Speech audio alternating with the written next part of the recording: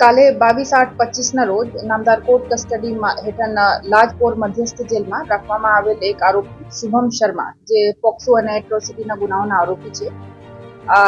કોર્ટમાં ખેંચ આવતા તેને સારવાર અર્થે આ કામના આરોપીને જાપ્તામાં નવા સિવિલ હોસ્પિટલ ખાતે દાખલ કરવામાં આવ્યા હતા અને ચાલુ સારવાર દરમિયાન આ આરોપીએ ઇમરજન્સી વોર્ડમાંથી કલાક 1:15 दोपहर ના આસપાસ વોર્ડમાંથી નજર ચુકાવીને નાસી ભાગી ગયેલો. તો આ બાબતની જાણ થતાં જ ખટોદરા પોલીસ સ્ટેશનમાં ભારતીય ન્યાય સંહિતાની કલમ 262 અંદર તરત જ ગુના દાખલ કરવામાં આવ્યા અને ખટોદરા પોલીસ,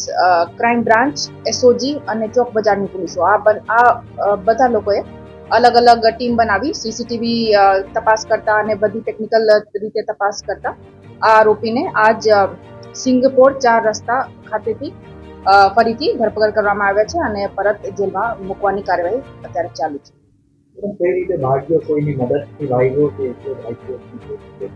હા, અત્યારે કોઈની મદદથી ભાગ્યો આ તો સ્પષ્ટ નહીં થતા, એવું જ લાગે છે કે એકલો જ ભાગ્યો હતો.